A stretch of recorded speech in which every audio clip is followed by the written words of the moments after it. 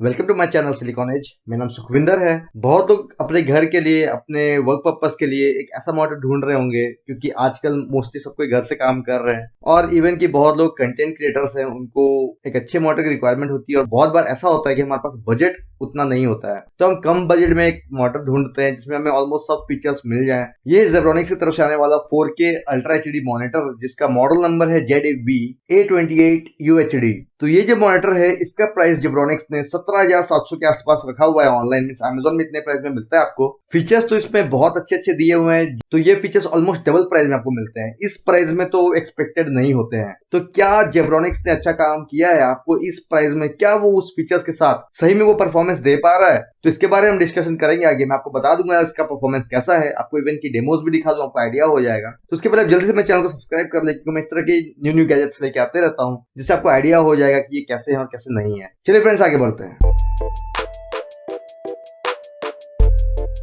सबसे पहले अगर बात करते हैं कि आपको इस मॉडल के साथ क्या क्या मिलने वाला है। सबसे पहले आपको इस मॉडल के साथ एक मैनुअल मिलता है, जिसपे इसके स्पेसिफिकेशंस वगैरह मेंशन है, ट्रबल शूटिंग गाइड जैसे काम करेगा वो। एक आपको डीपी केबल मिलता है, मींस डिस्प्ले पोर्ट केबल मिलता है, आपको कोई HDMI केबल नहीं मिलता है साथ। इसके बाद अगर बात करते हैं बिल्ड क्वालिटी की, तो जेब्रॉनिक्स ने बहुत बढ़िया काम किया है। कम प्राइस का मॉनिटर है, मगर इसकी बिल्ड क्वालिटी अच्छी है। जो स्टैंड है इसका, ये मेटल स्टैंड है, और डिस्प्ले का जो ये बेजल है, मींस इसका जो बैक है, ये फ्रेम जो इसका बोल सकते पूरा मेटल एरिया है। तो एक चीज अच्छी है कि इन्होंने यहाँ पे मेटल यूज किया, तो थोड़ी मजबूती रहती है इस मामले में। फुल्ली बेजल लेस तो नहीं है, थोड़े से आपको बेजल्स दिखते हैं, बट स्टिल से मजबूती प्रोवाइड करते हैं। नीचे आपको जेब्रॉनिक्स की ब्रांडिंग दिखती है। बहुत लोग मैंने देखा है रिव्यूज में मेंशन कर रहे थे कि हमें डिजाइन पसंद नहीं आया। तो देखिए, इस प्राइस में आपको सब कुछ नहीं मिलने वाला है। डिजाइन सिंपल सा है, बहुत हाई क्वालिटी डिजाइन नहीं दिखेगा, बहुत ही बेकार भी नहीं दिखेगा। इसके बाद अगर बात करते हैं, आपको इस पे जो स्विच मिलते हैं, जिसके फिजिकल बटन्स हैं, वो मॉनिटर के राइट साइड पीछे मिलते हैं। तो यहाँ थोड़ा सा मुझे अजीब लगा, क्योंकि स्विच यूज करने में थोड़ी डिफिकल्टी लगती है, क्योंकि पीछे आपको समझ में नहीं आता है। आप अगर फ्रंट से यूज कर रहे हो मॉनिटर को, तो आपको समझ में कैसे आएगा कौन सा स्विच आप प्रेस करें, तो बहुत कंफ्यूजन होती है।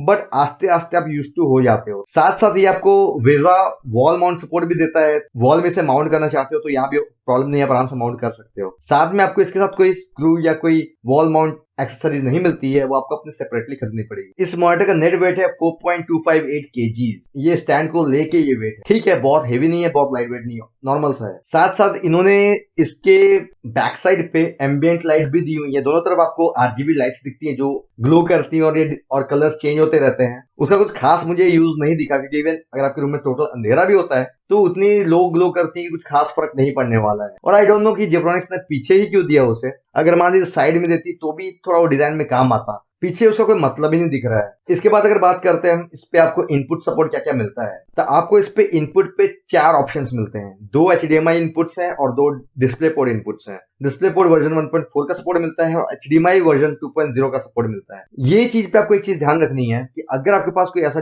डिवाइस है, या फिर लैपटॉप या फिर डेस्कटॉप या फिर कोई भी ऐसा डिवाइस है जिसपे HDMI वर्जन 1.4 भी है, तो ये मॉनिटर आपको 4K @ 30 Hz ही देने वाला है रिफ्रेश रेट। मैंने बहुत लोगों के कंप्लेंट्स दिए कि हमें थोड़ा लैग मिल रहा है, तो लैग उसका रीजन ये है कि वो 30 Hz में चल रहा है। तो इसको यूज करने के लिए 4K में आपको एक ऐसा डिवाइस चाहिए जो HDMI 2.0 सपोर्ट करता हो। ये चीज बहुत जरूरी है। अब बात कर लेते हैं स्पेसिफिकेशंस की। तो ये जो मॉनिटर आप देख रहे हो कितना बड़ा है, ये 28 इंच का मॉनिटर है, और ये 4K रिजोल्यूशन सपोर्ट करता है, जिसे हम अल्ट्रा एचडी बोलते हैं। मींस आपको जो इसकी नेटिव रिजोल्यूशन मिलने वाली है वो है 3840x2160। बट यहाँ भी एक छोटा सा कैच है। अगर आप इस मॉनिटर को यूज करते हो, तो आप एक चीज देखोगे कि विंडोज में जो आपको स्केलिंग परसेंटेज मिलता है वो है 150%, जो रिकमेंडेड आता है। तो अगर आप इसका स्क्रीन एरिया, जो आप कंटेंट जो भी यूज कर रहे हो, उसका स्क्रीन एरिया और 2K रिजोल्यूशन का एरिया सेलेक्ट करोगे, दोनों सेम है। दैट मीन्स आपको मैं इजी भाषा में समझाऊं कि अगर आप एक 27 इंच या 28 इंच का मॉनिटर ले रहे हो, तो अगर आप 2K मॉनिटर लेते हो, तो उस पे भी सेम आपको स्क्रीन कंटेंट एरिया मिलने वाला है जो इस पे मिलता है। क्योंकि अगर आप इसे 4K 100% स्केलिंग में रखोगे,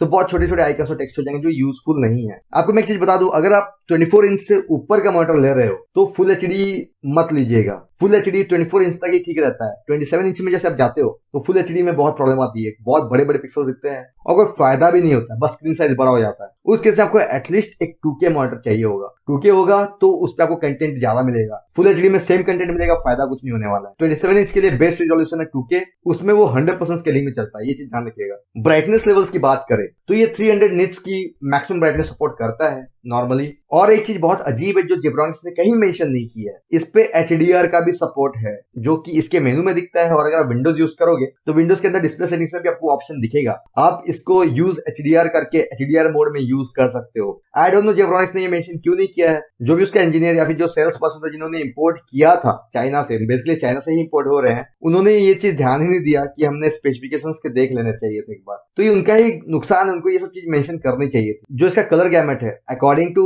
जेब्रॉनिक्स 1.07 बिलियन कलर्स ये प्रोड्यूस करता है। दैट मीन्स आपको यहाँ पर 10 बिट का कलर प्रोडक्शन मिल रहा है। बट मैंने जो चीज नोटिस की है ये 10 बिट एग्जैक्ट नहीं है, मीन्स ये 8 बिट प्लस डिथरिंग है। तो ये कुछ हद तक ऐसा है कि 8 बिट को किसी तरह से 10 बिट बनाया जाता है, मीन्स ये कुछ एनहांसमेंट्स करता है इंटरनली। तो कलर रिप्रोडक्शन में अच्छा है, ये बहुत बढ़िया कलर्स आते हैं। अब बात करते हैं पैनल की। तो देखिए कंपनी ने कहीं मेंशन नहीं किया कि इस पे पैनल टाइप क्या यूज किया गया है। तो बहुत लोग कंफ्यूज हो जाएंगे कि ये TN पैनल है, VA पैनल है, क्या IPS पैनल है। बट मैं आपको ये चीज क्लियर कर देता हूँ कि ये TN पैनल नहीं है। इसके जो व्यूइंग एंगल्स है वो 178 डिग्रीज का है, हॉरिजॉन्टल और वर्टिकल। दैट मीन्स अगर आप इतनी साइड से भी इसे देख रहे हो, जैसे मैं यहाँ से भी अगर देख रहा हूँ तो मुझे स्क्रीन कंटेंट क्लियर नजर आ रहा है कि क्या चल रहा है, विदाउट नेगेटिव होते हुए या फिर विदाउट वॉश आउट होते हुए, विदाउट व्हाइटनेस होते हुए। तो इससे ये समझ में आता है कि तो ये जो पैनल है ये या तो VA है या IPS है। अब ये मैं फाइंड आउट नहीं कर पाया था, कहीं भी ये डिटेल्स नहीं थी, बट अच्छा पैनल है ये आप समझ के चलो।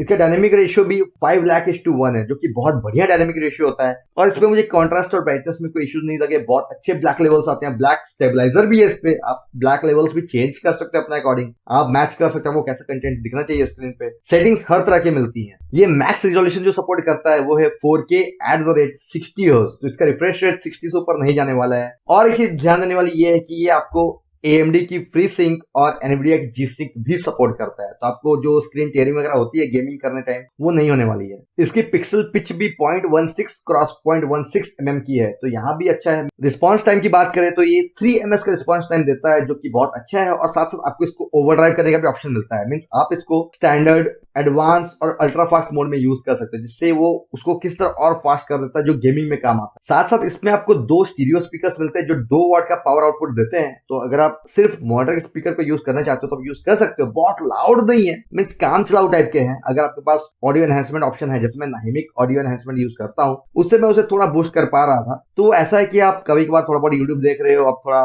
कम साउंड में देखना चाहते हो, आप वीडियो एडिटिंग वगैरह अपना कर रहे हो, अपनी वॉइस सुनना चाहते हो, तो आप यूज कर सकते हो।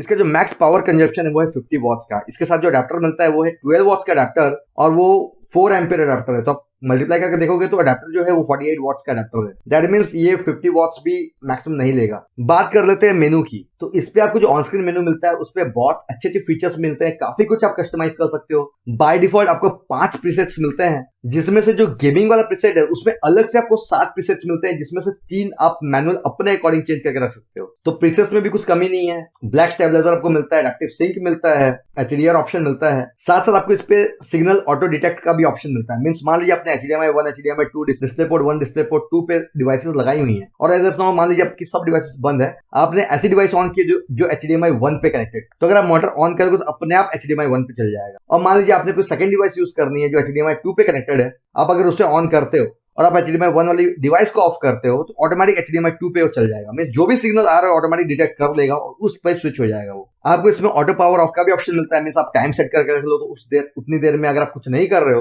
तो ऑटोमेटिक ऑफ भी हो जाएगा। क्वालिटी की अगर बात करते हैं तो इस मॉनिटर की मुझे स्क्रीन क्वालिटी बहुत अच्छी लगी। मैंने काफी रिव्यूज पढ़े हैं कि उनको जो उनका मॉनिटर मिला था उस पे डेड पिक्सल्स थे या फिर उस पे लाइन्स आ रही थी। तो देखिए ये कुछ डिफेक्टिव पीसेस आ सकते हैं, क्योंकि ये लोग इंपोर्ट करते हैं तो इंपोर्ट में जब ये ट्रांसपोर्ट हो रहा होता है तो उस कारण से डैमेज हो सकता है थोड़ा बहुत। आपको ये समझ के चलना होगा कि एक तो कम प्राइस में आपको मिल रहा है तो आपके पास रिप्लेसमेंट का ऑप्शन है, आप रिप्लेस करा सकते हो। प्लस आपको इस पे 3 साल की वारंटी मिल रही है। भले ही ऑन साइट नहीं है, आपको इससे लेके जाना पड़ेगा सर्विस सेंटर, बट स्टिल 3 साल की वारंटी दे रही है कंपनी। बात करते हैं कुछ डिसएडवांटेजेस की। पहला डिसएडवांटेज, इसका जो फ्रेम है ये मेटालिक फ्रेम है, पूरा मेटल है। तो इससे मैंने एक चीज नोटिस की है कि अगर आप इसको ऐसा प्रेस करोगे ना इधर उधर से, तो इसमें ना थोड़ी इमेज थोड़ी ये होती है, मीन्स आपको लगेगा कि स्क्रीन ब्लीडिंग हो रही है। तो बहुत लोग ये बोलते हैं कि डिस्प्ले में इश्यू है क्योंकि स्क्रीन ब्लीडिंग है, तो screen bleeding issue screen panel का नहीं होता है, वो होता है उसके फ्रेम का। अगर आप आईपीएस पैनल आपके पास है, वीए पैनल है, आप उसके फ्रेम को प्रेस करो पीछे से, तो आप देखोगे एक व्हाइटनेस होने लग जाती है स्क्रीन। तो इसलिए होता है क्योंकि जो सब फ्रेम फिटिंग होता है ना, तो कहीं स्क्रू ज्यादा टाइट हो गया या फिर लॉक्स ज्यादा टाइट हो गए हैं, वहां पर स्क्रीन पे प्रेशर पड़ रहा है, इसलिए वो एरिया थोड़ा व्हाइट हो जाता है। तो आप उसको अपने अकॉर्डिंग थोड़ा बहुत एडजस्ट कर सकते हो, चाहो तो आप स्क्रीन को हल्का बहुत इधर से प्रेस करो,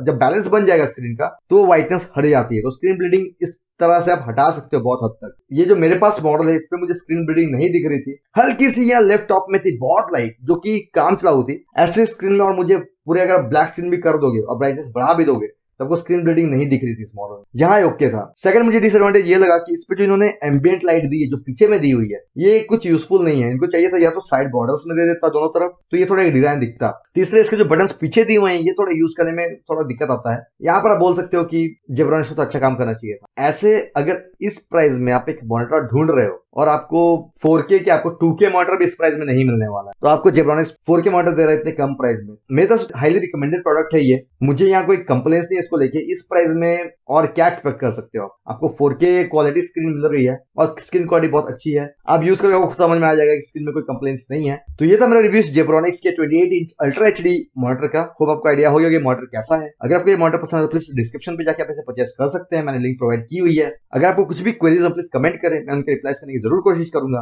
अगर आपको मेरा वीडियो यूजफुल लगा हो, मैं काफी मेहनत कर रहा हूँ आपको ये सब प्रोडक्ट्स लाके दिखाने की, क्योंकि इन सब के रिव्यूज बहुत कम मिल रहेंगे आपको ऑनलाइन। तो मैं सोच रहा था इसे रिव्यू कर दूं, आपको आइडिया हो जाए। जिनको कम प्राइस में एक फुल एचडी से ऊपर की रिजोल्यूशन चाहिए, तो मैंने ये मॉनिटर इसलिए परचेस किया है। तो प्लीज मुझे सपोर्ट करें सब्सक्राइब करके। Thank you friends, bye bye.